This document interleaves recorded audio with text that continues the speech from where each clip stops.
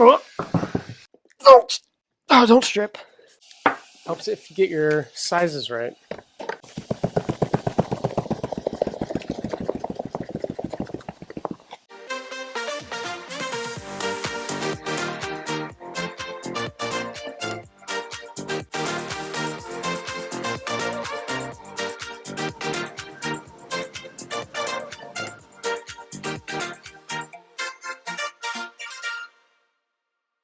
Hello and welcome back to another episode of Zach Does It.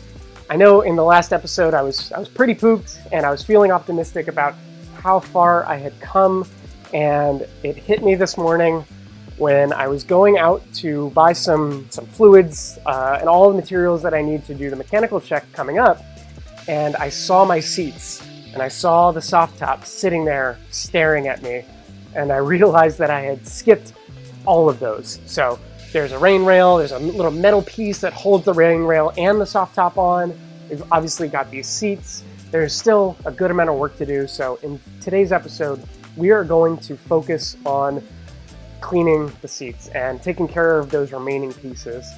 Unfortunately for the seats, these are a little bit more complex and there's a lot more moving pieces that I don't feel like taking apart at the moment. In particular, because of the condition of the underside. This material is all 30 years old, as we know, just like the car, and everything's rusted, everything's kind of stretched to the max and potentially very brittle, and I'm not prepared at the moment to reupholster these seats myself. We're gonna do our best to clean it. We'll take off the plastic pieces, we'll take the rails off, we'll try to take the back off the bottom. That way we can clean them all individually, but we're not going to go so far as actually painting this bottom tray. I know it's covered in rust, but if we had to go through that, we'd want to take the foam out, we want to take the covers off. We'd really want to do it the right way. So we're not going to do that this time, but we'll save that for another episode.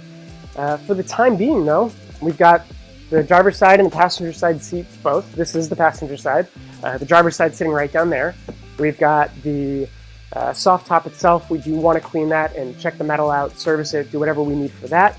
But I think this time I can be optimistic about being almost done. So without further ado, let's jump in. So I think we're supposed to do the tracks first. So we will start there. If you ever do get lost, it's really a great opportunity to seek out the forums. Like Miata.net is a really good one. There's a wealth of knowledge. In fact, even just Googling Miata disassemble seats will provide you with a wealth of information. So I highly encourage you, if from the video or the time lapse you can't figure out what I did to take these seats apart, or if I don't narrate it effectively enough for you, please go online, look up how to do it.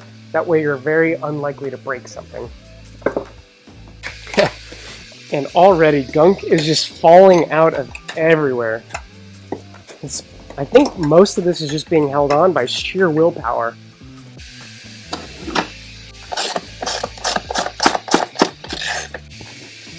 Let's just lay this like that.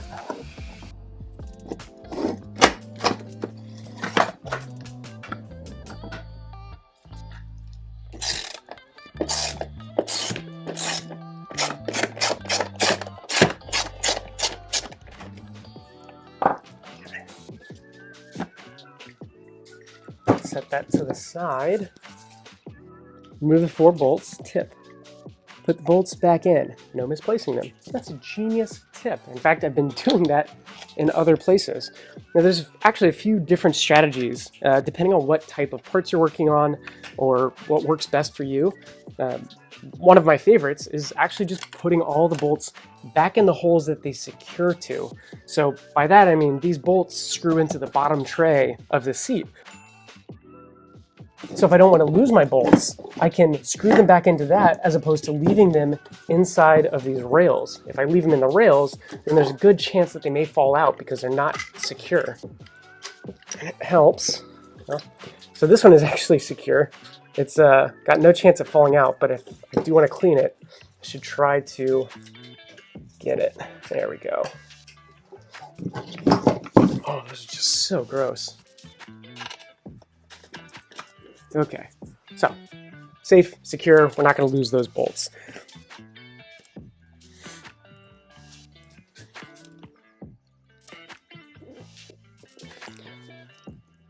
Oh, oh, don't strip.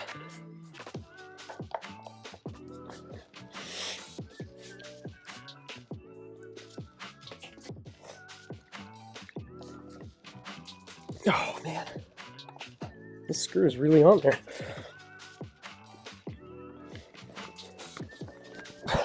We are going to try something more powerful. We're going to go grab a drill.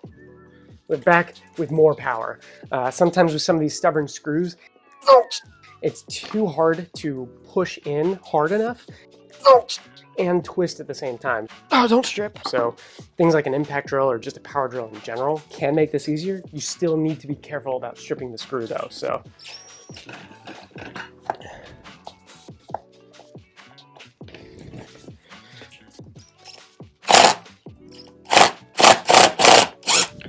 and just like that, we're able to pull it out without stripping. Voila.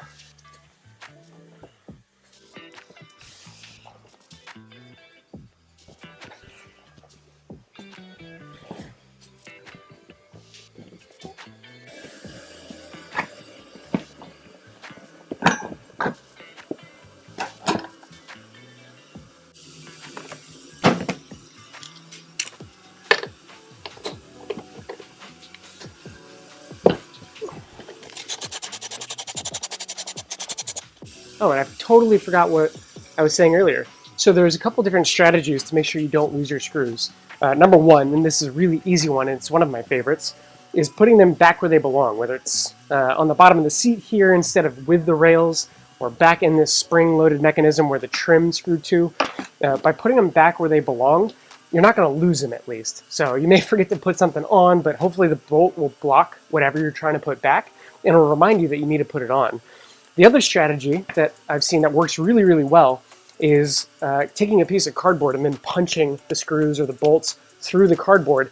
And you can even have a drawing or a tracing of the part that they came off of. And you can label it, you can do whatever you want. But by putting it in that cardboard, it stays a little more secure and it's easier to keep track of. Obviously with the added benefit of being able to draw on it and annotate. The final method is then doing what I also did, which is put all the screws in a bag of related components and then label that bag so you know where they came from. But between those three strategies, there's a good chance that you, number one, won't lose anything that you're working with, and number two, you won't forget where it came from. So, pro tips for disassembling tons and tons of complex things kind of all at the same time.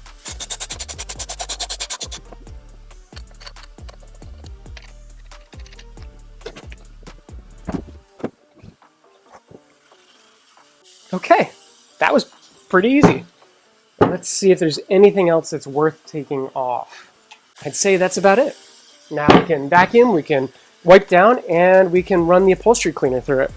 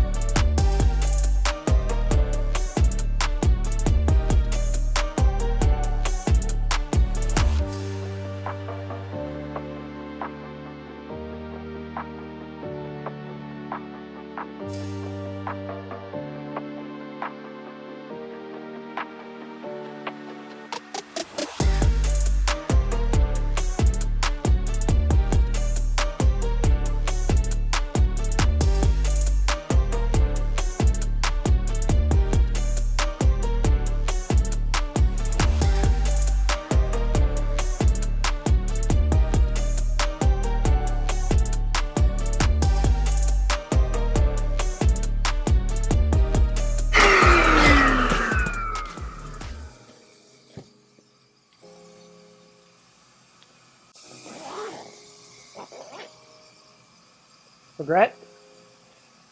No regret.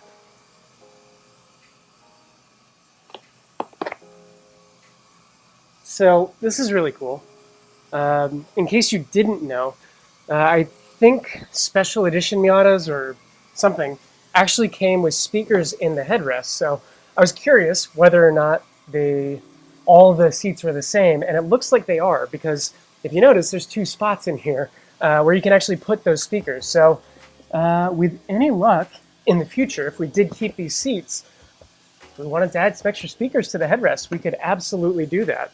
While I'm in here, though, I'm going to go ahead and wipe this down. It's got some gunk built up. I don't know how, but it's a little gross. But the foam's still fine. We're going to stick that right back in there and pretend we didn't open it up. Okay. A quick wipe down in the back.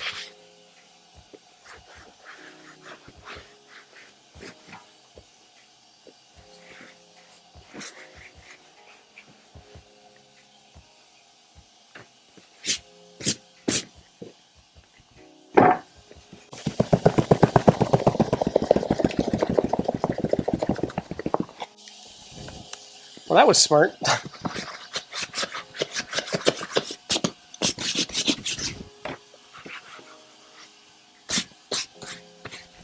Okay. Now, we do have one extra screw here, and I want to make sure we don't lose... Well, I say that, and I lost it. Oh, there it is. Okay, let's bring this all over. All right, one seat down. We've made a bit of a mess, so let's clean up before we get started on the second one. And we know what tools we need because we took one of them apart.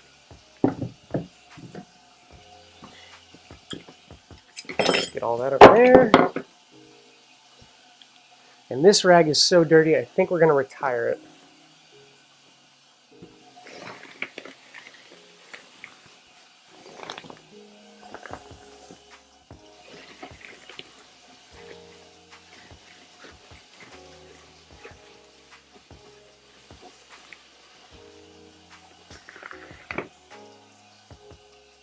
Whoop, all right.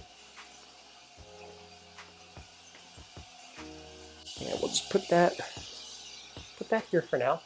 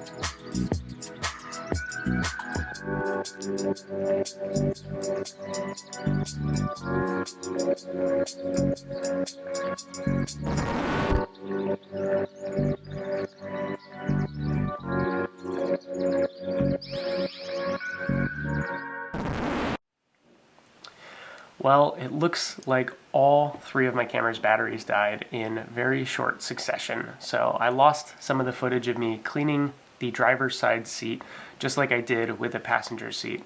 The good news is it was more of the same as what we saw on the passenger seat, just dirtier, and it had some extra rips and tears. But overall, it was in similar condition, which I'm very happy about.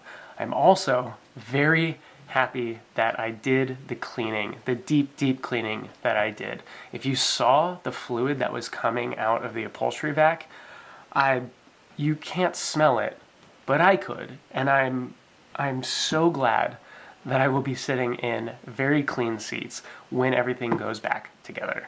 In fact, if you haven't given your car the same treatment recently, I would highly recommend you go do so. It's well worth the effort. But that's going to be it for this episode. It's been an absolute blast so far in the journey. I hope you've been enjoying it along with me. If you're new around here, I hope you consider subscribing and hitting the bell notification. I'd like to share this journey with you, and I'd like to know what kind of projects you're working on. Comment below and let me know. If you're a returning visitor, give me a thumbs up. Let me know you've been here before. And lastly, if you want to stay up to date with all the latest things behind the scenes, check out my Instagram. It's linked below in the description. I tend to be able to update that faster than I can get these videos out. So if you want to know what types of projects I'm working on next, go check that out. Other than that, this has been another episode of Zach Does It, and I can't wait to see you next week.